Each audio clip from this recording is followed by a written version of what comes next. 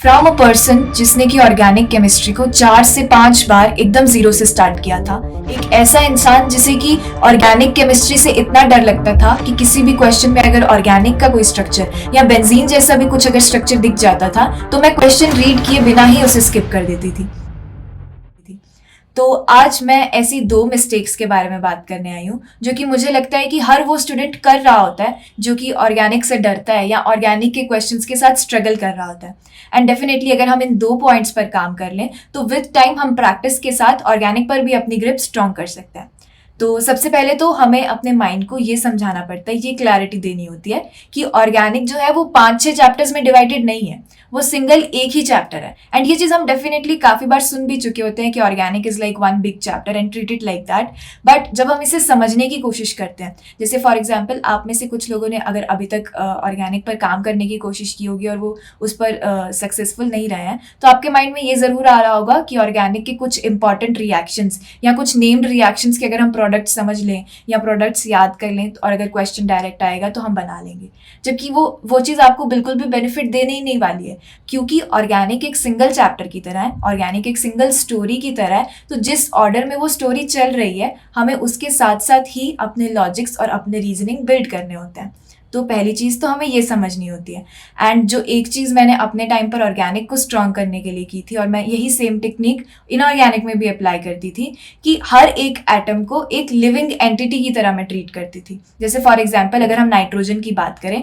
तो नाइट्रोजन के पास भी 3-4 कुछ क्वालिटीज़ हैं। जैसे कुछ अगर मैं बेसिक क्वालिटीज़ की बात करूँ तो एक तो ये कि उसके पास एक लोन पेयर है, एक कि वो इलेक्ट्रोनेगेटिव एलिमेंट है, फ्लोरीन के बाद सेकेंड मोस्ट है, और कि वो मैक्सिमम 4 बॉन्ड्स बना सकता है। तो अगर मैं इन्हीं 3 बेसिक क्वालिटीज़ के बारे में बात करूं तो मेजॉरिटी क्वेश्चंस में इन्हीं क्वालिटीज़ के हिसाब से नाइट्रोजन अपना डिसीजन ले रहा होगा। जैसे फॉर एग्जांपल आपके पास अगर कोई सिचुएशन है कि कल आपका एग्जाम है और रात में अभी आपकी तैयारी कंप्लीट नहीं हुई है, तो आप दोनों चीज़ों को ऑप्टिमाइज करते हो ना कि सुबह के एग्जाम के लिए मुझे पढ़ना है, तो अगर रात में मैं 1-1.5 घंटे की नींद को अगर सेक्रीफाइस करके पढ़ लूँ तो मेरा वो बेनिफिट हो जाएगा। हालांकि हमें पता होता है कि अगर नींद सेक्रीफाइस की तो सुबह शायद फ्रेश नहीं उठेंगे, बट हम अपनी चॉइसेस के हिसाब से, अपनी क्वालिटीज के हिसाब से डिसीजन लेते हैं ना। तो वैसे ही नाइट्रोजन की जो क्वालिटीज है वो उसके हिसाब से डिसीजन लेगा, राइट। अब इसके लिए क्या चीज रहती है कि क्वेश्चन बार बार सॉल्व करने पड़ेंगे और देखना पड़ेगा कि हर सिचुएशन में नाइट्रोजन अपनी कौन सी क्वालिटी के हिसाब से रिएक्ट करता है,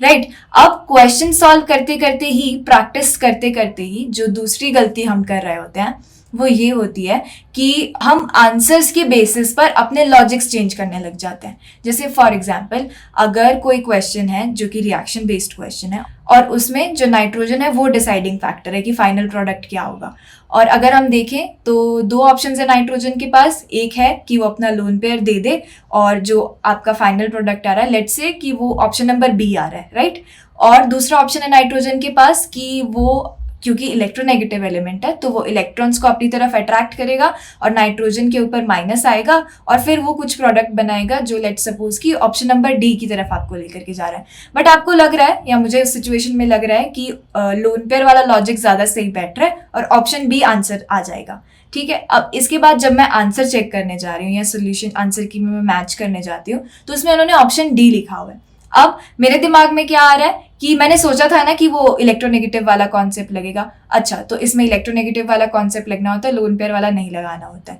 और हम आगे बढ़ देते हैं। पर क्यों लोन पेयर वाला क्यों नहीं लगेगा? या अगर आपको पता चला है कि आंसर डी है तो क्या वो लॉजिक सही है कि आपका इलेक्ट्रोनेगेटिविटी वाला ही लगना था, या कोई और फैक्टर भी था उस सिचुएशन में जो कि शायद आपने नहीं सोचा? तो एक जो हम गलती कर रहे होते हैं ना कि आंसर्स को देखने के बाद अपने लॉजिक्स चेंज करने लग जाते हैं या अपने लॉजिक्स अडेप्ट करने लग जाते हैं, या इवन ये सही आंसर्स में भी हो सकता है कि जैसे अगर इसका आंसर ऑप्शन डी था और आपने भी ऑप्शन डी ही मार्क किया था और आपको लग रहा हो कि शायद इलेक्ट्रोनेगेटिविटी वाले कॉन्सेप्ट से है, बट क्या पता उस सिचुएशन में किसी और फैक्टर की वजह से इन्फ्लुएंस होके या रिंग एक्सपेंशन की वजह से या किसी और चीज की वजह से ऑप्शन डी आ रहा हो। तो मेन चीज जो रहती है ना वो लॉजिक और रीजनिंग रहते हैं, जो कि आपको विद टाइम डेवलप करने पड़ते हैं। और ये चीज कैसे होती है, एक तो कि क्वेश्चन प्रैक्टिस पर आपको ध्यान देना होगा एंड ज्यादा से ज्यादा क्वेश्चन सॉल्व करने की कोशिश करनी है, नॉट एज इन कि बहुत सारे रिसोर्सेज या बहुत सारी बुक सॉल्व करनी है। एक कोई भी स्टैंडर्ड बुक लेकर के, जैसे फॉर एग्जांपल हम MS चौहान की बार बार बात कर रहे होते हैं,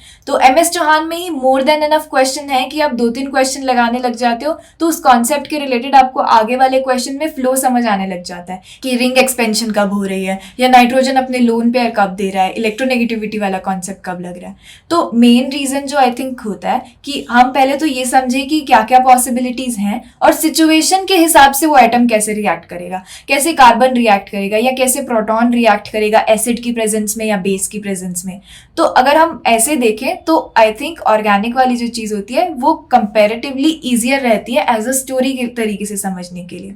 ओके एंड बाकी आई थिंक अभी तक थोड़ा सा काम हम फिजिकल केमिस्ट्री पर कर चुके हैं, जैसे सितंबर में हमारा प्लान बन रहा था, हम डिस्कशन कर रहे थे बार बार। अभी ऑर्गेनिक को लेकर के कैसे सोच रहे हो ये चीज़ कमेंट्स में ज़रूर डाल करके जानिए। एंड डेफिनेटली अगर आप किसी भी चीज़ से स्ट्रगल कर रहे हो बार बार उस पर एफर्ट्स देने के बाद भी, तो अपना थ्रेशोल्ड वाला कॉन्सेप्ट ज़रूर याद रखना है कि कोशिश करने से और मेहनत करने से नहीं डरना है। ओके तो अभी आप ऑर्गेनिक में अपना पहले एनालिसिस करके वो चीज़ क्लियर करके जा रहे होंगे कि ऑर्गेनिक पर आपकी ग्रिप कैसी है, आपके क्वेश्चंस अच्छे से सॉल्व हो जाते हैं, आपके लॉजिक आपके रीजनिंग सही रहते हैं, या फिर आप आगे उस पर कैसे काम करने वाले हो। क्योंकि ऑर्गेनिक में ये भी रहता है कि जितनी जल्दी वो समझ में आती है ना, क्योंकि स्टोरी वाली चीज़ें हम थोड़ी ज़्यादा जल्दी समझने लग जाते हैं, तो जितनी जल्दी ऑर्गेनिक समझ आती है ना उतनी ही जल्दी हम भूलने भी लग जाते हैं। ओके तो अब जैसे जैसे आप काम कर रहे होगे ऑर्गेनिक पर, तो डेफिनेटली अच्छे क्वेश्चंस को साथ साथ मार्क करते जाना, ताकि आप बाद में उन्हीं क्वेश्चंस के थ्रू रिवाइज कर पा रहे हो। ओके तो कमेंट्स में अपना एनालिसिस डाल के जाना है, अपनी प्रिपरेशन का आगे का ट्रैक डाल के जाना है ऑर्गेनिक केमिस्ट्री को लेकर के। बाकी मिलते हैं नेक्स्ट डिस्कशंस में। All the best.